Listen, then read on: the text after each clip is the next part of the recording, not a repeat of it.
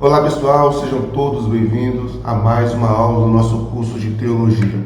Hoje nós estaremos iniciando o nosso estudo acerca dos livros poéticos da Bíblia Sagrada, a poesia e o profetismo na vida do povo de Israel.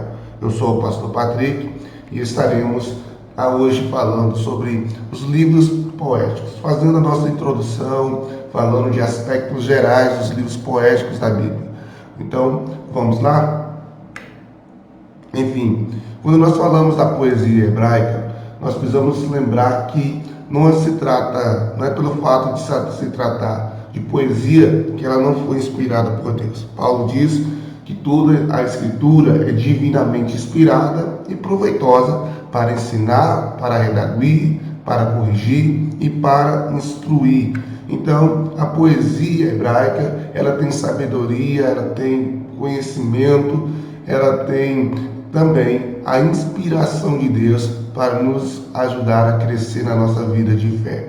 Então, quais seriam as características peculiares dos livros poéticos na Bíblia? Bom, a primeira coisa que precisa saber é que eles não possuem caráter histórico. Eles tratam da experiência da vida do homem, tratam da relação do coração do homem com o coração de Deus, com o coração do nosso Pai.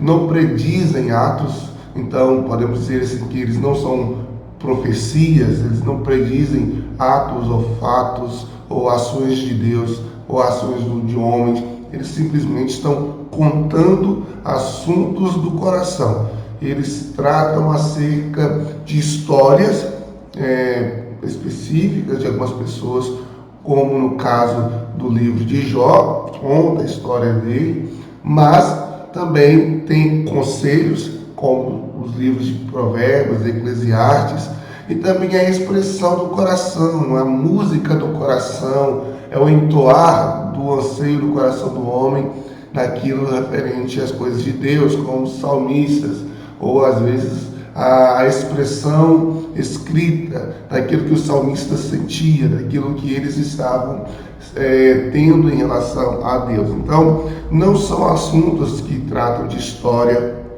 nem são assuntos que tratam de uma profecia.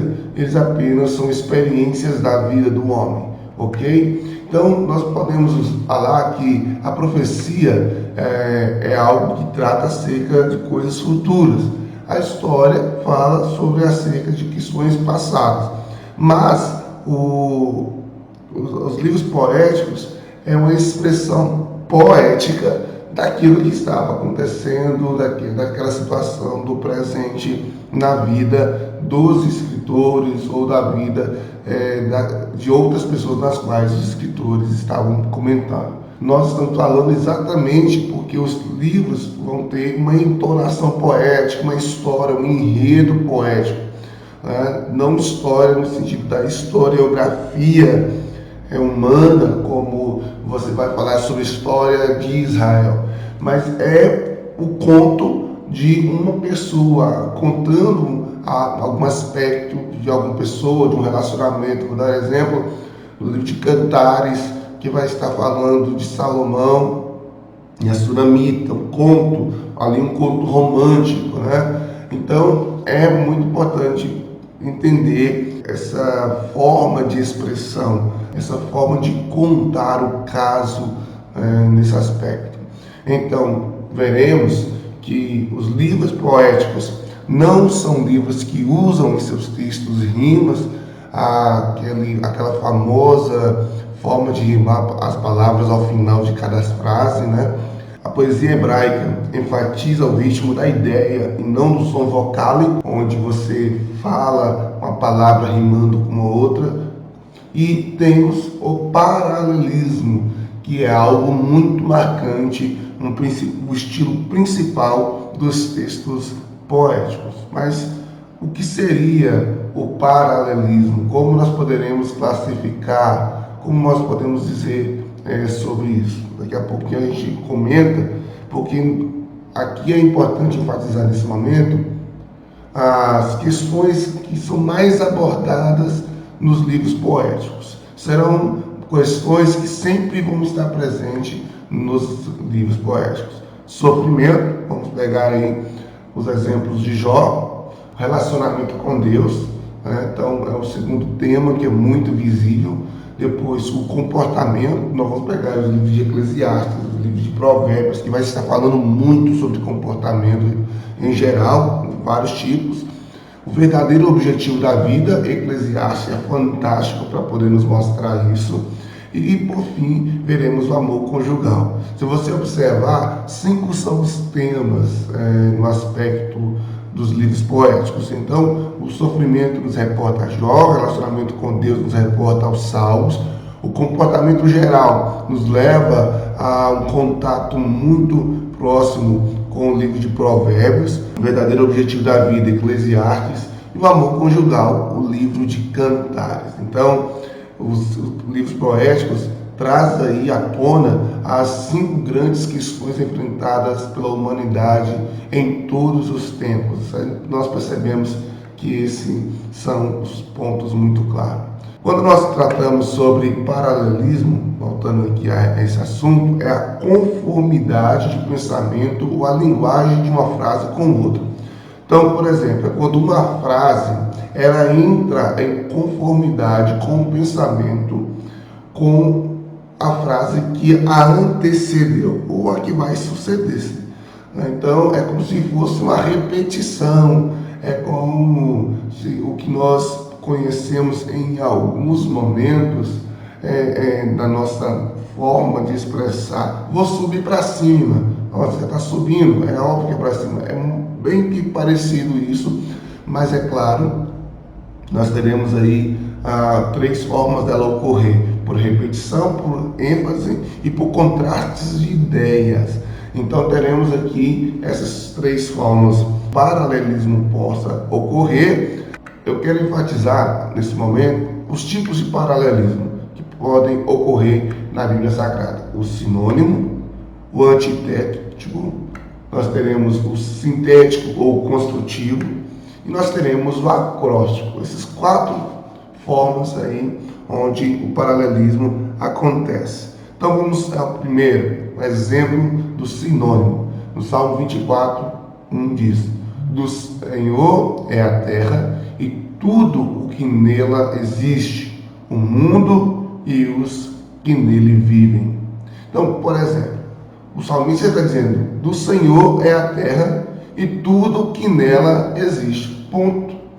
É uma sentença que já poderia ser determinante para explicar que o mundo já pertence ao Senhor. Mas aí depois ele vai dividir isso, ele vai dizer: o mundo e os que nele vivem.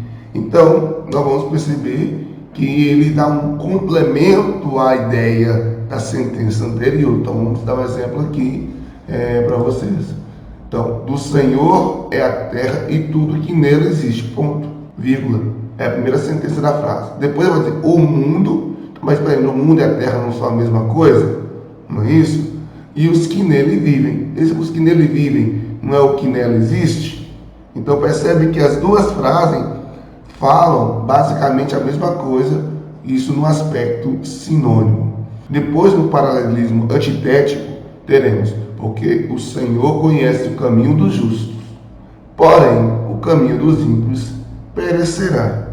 Então, também da mesma forma, o mesmo versículo contendo 2 frases, porém, nesse aspecto aqui, ele está trazendo uma contraposição, um contraponto, onde ele coloca: porque o Senhor conhece o caminho dos justos, e o caminho dos ímpios vai perecer. Então, percebe que há um antagonismo bem expressado dentro dessa frase antitética.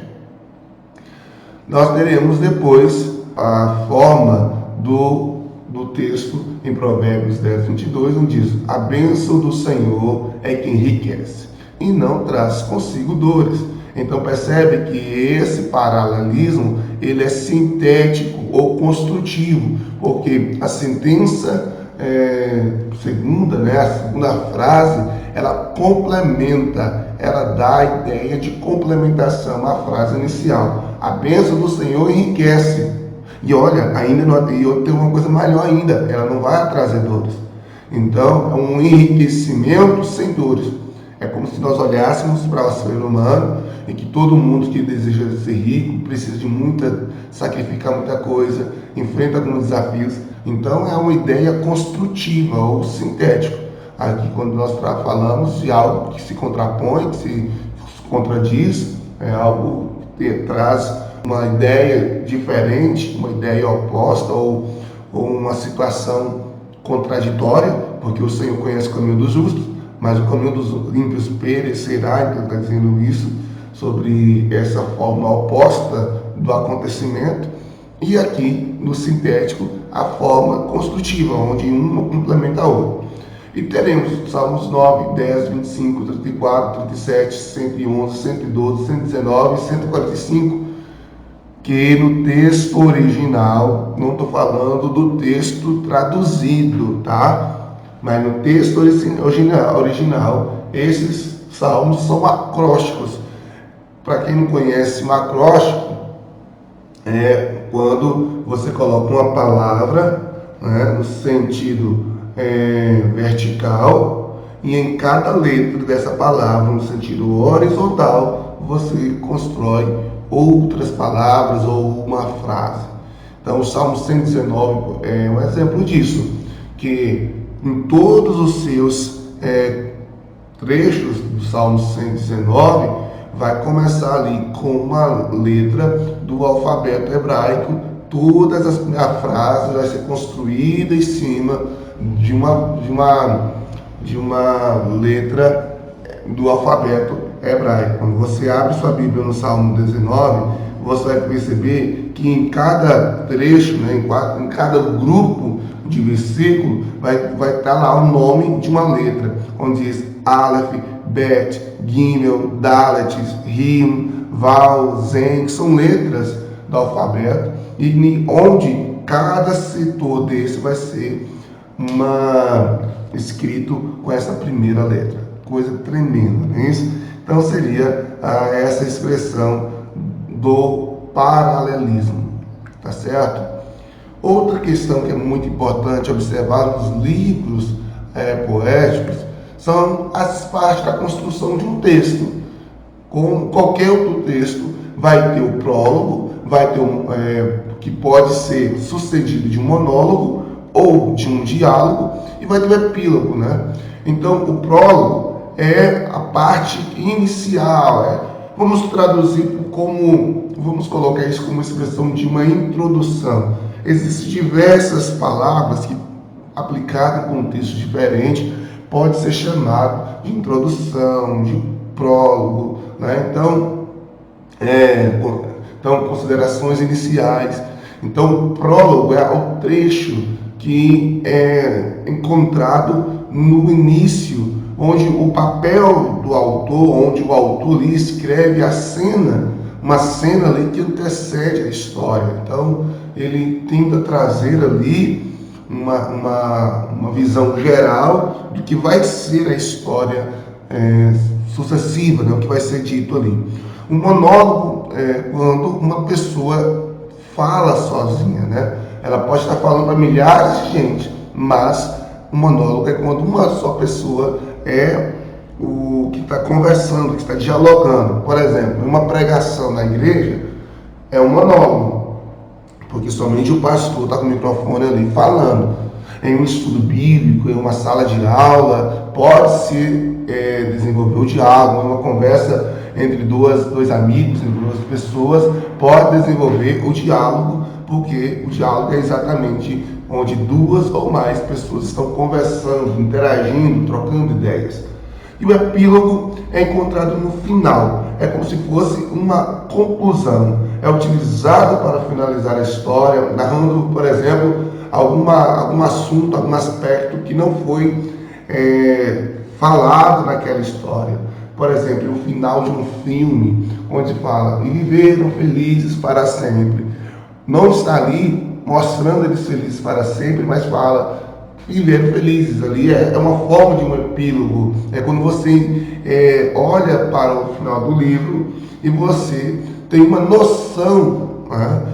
O autor deixa uma noção de como vai prosseguir aquela história após a conclusão daquele livro. É algo voltado mais para finalizar o texto. Então, dentro dessas partes do texto poético, nós teremos isso. Então, esses são os aspectos gerais dos livros poéticos que vimos agora, e então iremos para a nossa segunda aula dos livros poéticos, que será o livro de Jó. Até lá!